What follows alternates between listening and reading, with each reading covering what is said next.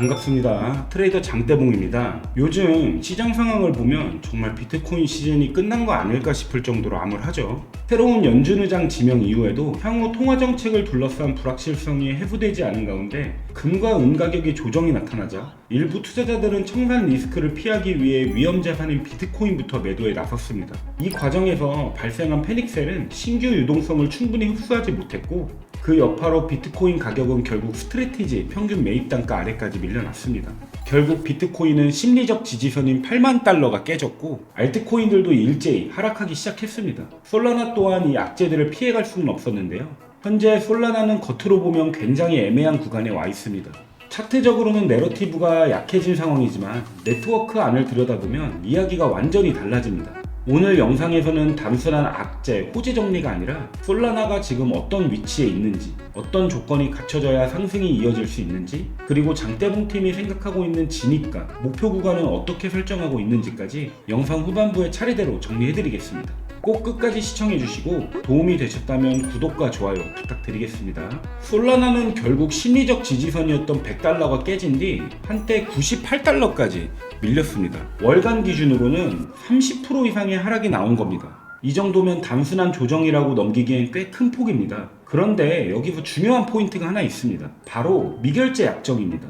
미결제 약정은 쉽게 말해서 지금 시장에 레버리지를 걸고 살아있는 베팅이 얼마나 남아있느냐를 보여주는 지표입니다. 최근 한 달 동안 솔라나의 미결제 약정은 23%나 줄어들었습니다. 이게 왜 현재 솔라나 홀더분들에게 중요한 내용이냐면 보통 가격이 빠질 때 미결제 약정이 같이 늘면 그건 새로운 숏 포지션, 즉 하락을 보고 있는 투자자들이 몰리면서 가격을 더 누르겠다는 의미입니다. 그런데 지금 솔라나의 상황은 조금 다르죠. 가격은 내려왔는데 미결제 약정은 오히려 크게 줄었습니다. 이 말은 새로운 숏 포지션이 쌓였다기보다는 기존에 쌓여있던 롱 포지션들이 청산되면서 시장에 쌓여있던 레버리지가 전반적으로 빠져나갔다는 뜻에 가깝습니다. 즉 공포에 휩쓸린 신규 매도가 가격을 강하게 찍어 누른 구간이라기보다는 하락을 버텨온 롱 포지션들이 마진콜과 손절을 맞으면서 더 이상 버티지 못하고 정리된 과도하게 쌓여있던 포지션을 한번 정리하고 가는 과정 속에서 만들어진 가격대라고 해석하는 쪽이 지금 데이터상으로는 더 자연스럽습니다. 다만 여기서부터는 분명히 부담으로 작용하는 리스크 요인도 함께 봐야 합니다. 현재 상황에서 기관자금 이탈이 겹치면서 솔라나는 추가적인 압박을 받을 수밖에 없는 상황이 됐습니다. 실제로 지난주에만 솔라나 ETF에서 약 3,170만 달러가 빠져나갔고 연초 이후 누적으로 보면 기관자금 흐름은 이미 마이너스로 전환된 상태입니다. 2025년 상승 구간에서 들어왔던 기관자금들이 차익 실현과 함께 리스크를 줄이는 과정으로 해석됩니다. 연준의 이슈 또한 이번 하락의 큰 이유 중 하나입니다. 트럼프 대통령이 케빈 워시를 차기 연준 의장으로 지명하면서 시장은 다시 한번 금리 인하 기대가 과했다는 쪽으로 시선을 돌리고 있습니다. 그 이유는 간단합니다. 케빈 워시는 과거부터 인플레이션에 대해 상당히 보수적인 입장을 유지해왔고 완화적인 통화 정책보다는 물가 안정과 긴축 기조를 더 중시하는 인물로 평가돼 왔습니다. 여기에 트럼프 대통령의 정책 기조까지 겹치면서 시장은 연준이 시장 기대만큼 빠르게 혹은 쉽게 금리를 내려주지 않을 수 있다는 가능성을 다시 가격에 반영하기 시작한 겁니다. 이런 환경에서는 위험자산 전반에서 가장 먼저 줄어드는 게 레버리지이고 암호화폐 시장 역시 그 흐름에서 자유로울 수는 없습니다. 솔라나 또한 바로 그 영향권 안에 있었다고 보시는 게 맞습니다. 거시경제와 지정학적 이슈로 인해 지금처럼 가격이 눌린 상황은 구조적인 문제라기보다는 시간이 지나면 해소될 수 있는 성격의 악재에 가깝습니다. 즉 당장은 솔라나 홀더분들한테는 현재 상황이 좀 부담이지만 이 이슈들이 영원히 이어질 이슈는 아니라는 점은 짚고 갈 필요가 있습니다. 그리고 바로 이 지점에서 현재처럼 시장 분위기가 좋지 않은 상황임에도 솔라나에서 눈여겨봐야 할 변화가 하나 있습니다. 가격은 이렇게 빠졌는데 정작 네트워크 안에서는 정반대의 움직임이 나타나고 있다는 점입니다. 올해 1월 한 달 동안 솔라나 네트워크의 거래 건수는 약 3억 5천만 건, 전월 대비 18% 증가했습니다. 스테이블 코인 전송량은 무려 2,200억 달러, 전월 대비 54% 급증했고요. 그리고 네트워크 내 USDC 공급량은 130억 달러까지 늘어났습니다. 이건 단순 트레이딩으로 보기보다는 실제 결제, 정산, 온체인 활용이 늘고 있다는 신호입니다. 이게 의미하는 바는 명확합니다. 지금의 하락은 솔라나가 쓰이지 않아서 빠지는 하락이 아니라 거시 환경과 자금 흐름 때문에 눌리는 하락이라는 점입니다. 지금 솔라나는 단기적으로 분명 약세 구간입니다. 현재 솔라나는 이 95달러 구간을 지키느냐 못 지키느냐가 아주 중요합니다. 24년도 이후로 나왔던 많은 조정 구간에서도 한 번도 무너지지 않았고 이번 하락에서도 해당 지지 구간을 지켜주고 있는 모습입니다. 만약 이 지지선이 무너지면 70달러대까지도 열어두고 봐야 합니다.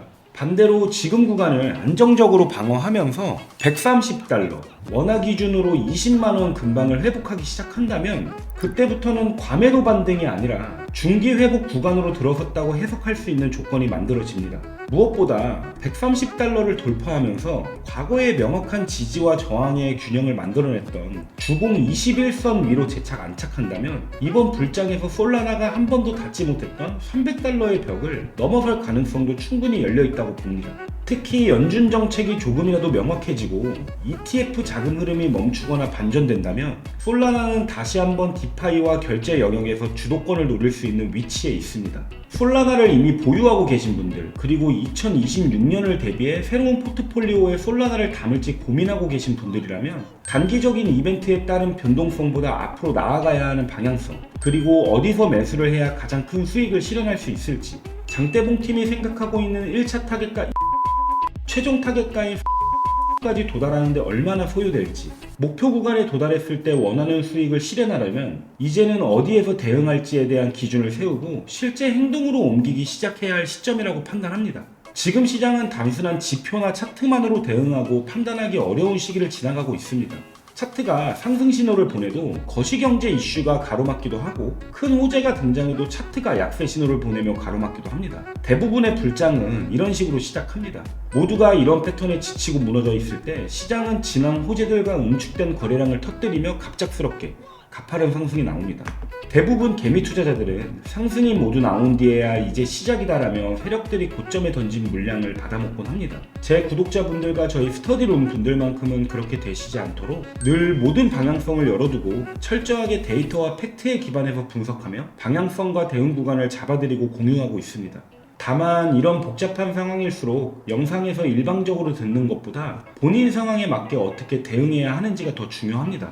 현재 솔라나를 보유 중이신 분들, 고점 매수로 대응이 쉽지 않으신 분들, 또는 신규 진입을 고민하고 계신 분들이라면 화면에 나와 있는 번호로 구독이라고 문자 주시거나 궁금한 점을 남겨주시면 영상에서 다 담지 못한 세부 내용들과 팩트에 기반한 관점 상세히 답변 드리겠습니다. 또한 새로운 인사이트와 저희 팀의 실제 매매 관점을 실시간으로 확인하시고 싶으신 분들은 더보기란에 있는 스터디 입장하기를 통해 관련 내용을 확인하실 수 있습니다.